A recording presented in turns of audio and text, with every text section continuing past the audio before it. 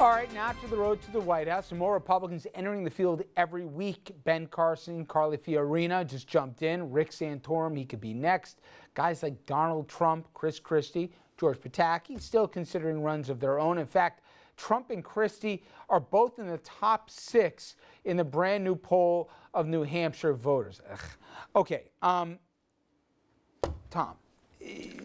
I've said the best thing going for Democrats is Republicans lately. Separate the nonsense of we're in May, okay? Mm-hmm. What is the most important thing for people to look at in the next 6 months? And by the way, we should indicate, as former advisor to George Pataki, you could play a role here if, in fact, he formalizes a campaign. Mm-hmm. That said, yep. What's the important part of the calendar that sometimes gets missed in the latest polls and everything else? Well, I think the important part right now is to get yourself in a position where you're thought of enough that, and I don't know how they're going to do the first debate in August in Cleveland, how they're going to include 10, 12, 14, whatever the number that actually gets into the race, but make sure that you're thought of enough that you're in the debate.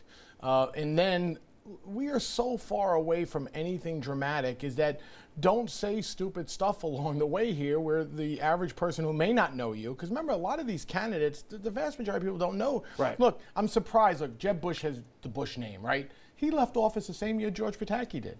So why is there a difference between Jeb Bush and George Pataki? It's funny. You don't think that. Yeah. They left office the same year.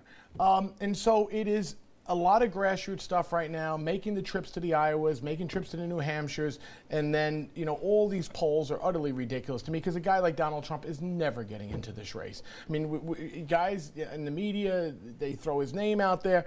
If you're Donald Trump, why would you ever get involved in a presidential race? He is doing this clearly to sell his ties, his golf courses. We asked the head of the Conover report for that. I mean, he's the one who puts it out there himself. It's not like he's dragged in there unwillingly. Right. What's the old expression that Bush bungled? Fool me once, shame on me. Fool me once, shame on you. Fool me twice, shame on me. I feel like that with the media because every time Trump says that he's thinking about running, he gets taken seriously and he gets more media attention, and he never ends up doing it. And frankly, I think there should be a Trump blackout until he actually announces that he's running. I mean, look, no one has ever looked at Trump's past Democratic contribution ties. But you know, I mean, no one's ever even looked at it. Right. Tom, a guy like that sucks the oxygen out of the room from a guy like Pataki. Terribly. Do you think you're absolutely right. Republicans can avoid the social platform debates, the gay marriages, the choice debates, and moreover, you have interesting things like Huckabee talking about Social Security and Medicare and saying he supports it, or Rand Paul saying foreign intervention, I'm not for it. Now all the candidates are talking about whether the Iraq war is a mistake. In an effort to distinguish themselves from each other, do Republicans run the risk that they'll repeat some of the same mistakes of 4 and 8 years ago? I think they will if they use that strategy. And I do think George Pataki has the right strategy. And not just because I like him. I think you talk about foreign affairs, you talk about the economy, you talk about jobs, and I think that's what people are interested in. And by the way, by doing that, you distinguish us from the Democrats, who want to talk about everything else, okay? And the fact of the matter is, I happen to agree that Obama's foreign policy has been miserable overall, and that's where Republicans should focus. If they start focusing on all these social issues, you'll see them all break up. There are 10 guys over here and 10 guys over there, and they don't help themselves.